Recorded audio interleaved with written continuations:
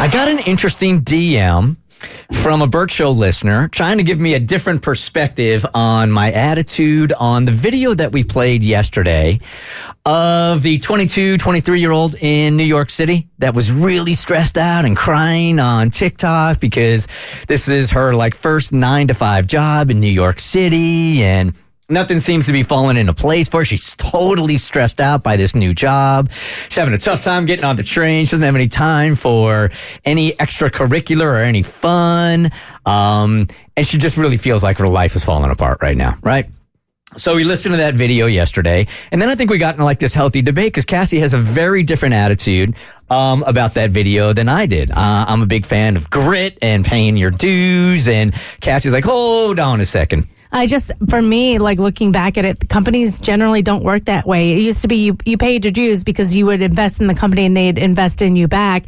And that loyalty for most companies, I think, Bert, honestly, the way you run your business is very different from mega corporations. It isn't there anymore. You're supposed to switch jobs. And I think there's a realization that why am I pouring all my time into working for this company where I have no life of my own? And I'm not saying don't work, and I'm not saying don't give 100% when you work. Let me be very clear. If you get paid to do a job, you do it and you do it well.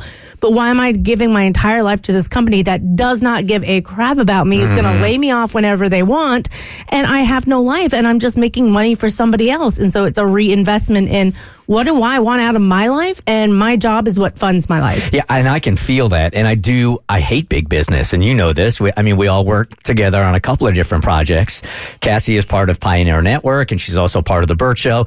I hate big business because of that. I hate running a business as though you're a number, or I hate big businesses that do that. We have a very tight family here.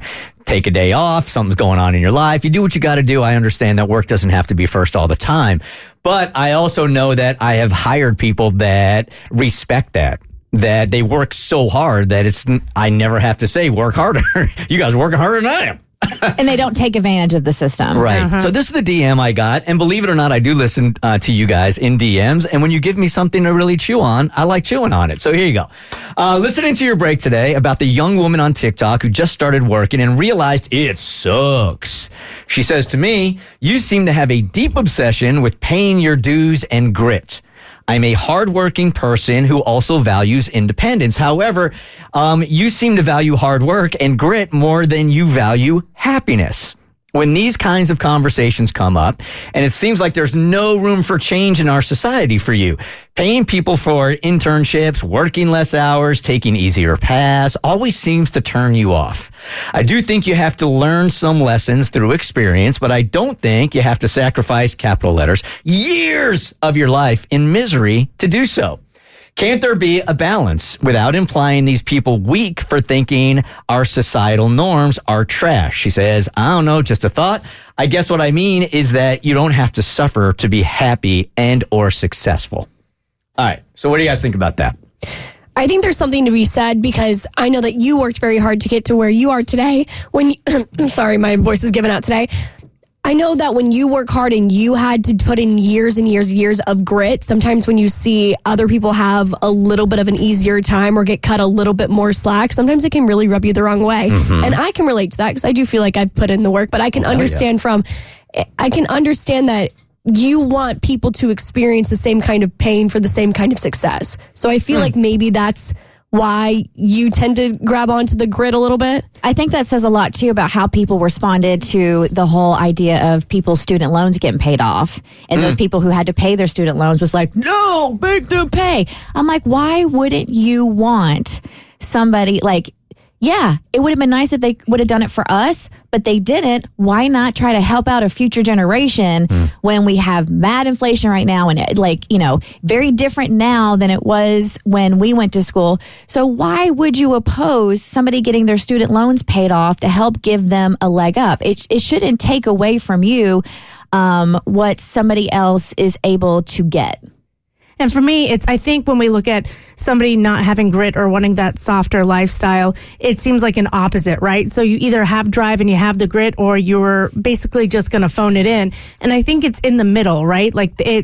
You don't have to have the grit and rake yourself over the coals, but you can still do a good job and show up 100%. And honestly, it's conversations like this that changed what the labor. We have an 8-hour workday because of the workers.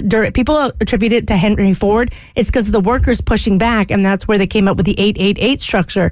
So it's movements like this that sort of craft the workday and help people evolve into a happier version of themselves. I think it's kind of like a perspective and attitude thing, because I do agree with what she said at the end, that you don't necessarily have to struggle to be successful, but I do believe that you have to struggle to live. So either way, you're going to struggle. You're going to have hardships. You're going to have hard times, whether you're successful or you're not successful. That's just the way it goes. And everybody's race is different. Some people are going to have to work harder. Some people are not going to have to work so hard. But either way, you're going to go through things, and how you see it is going to determine like exactly what you do with the things that you have to go through. That's what I think. Here's where I disagree with this, you guys. And I'm going to piggyback on something you just said. You don't have to struggle to be successful. I think you do. I really think that you do. Now, it depends on what you want at the end of the day. If you don't want to make a whole bunch of money and you want an easier lifestyle, then you don't have to struggle as much. But it depends on where you want to go. You cannot be what your definition of success is. There it is. All right. It's there what it your is. definition of success is. My definition of success looks what it is right now. And I had to bust my ass to get there. So all I'm saying is, like, if you want a high level of success, like a Gary Vee or somebody that you might see online, you have to bust your butt. And if you don't get it, you can't blame that on the system. All right.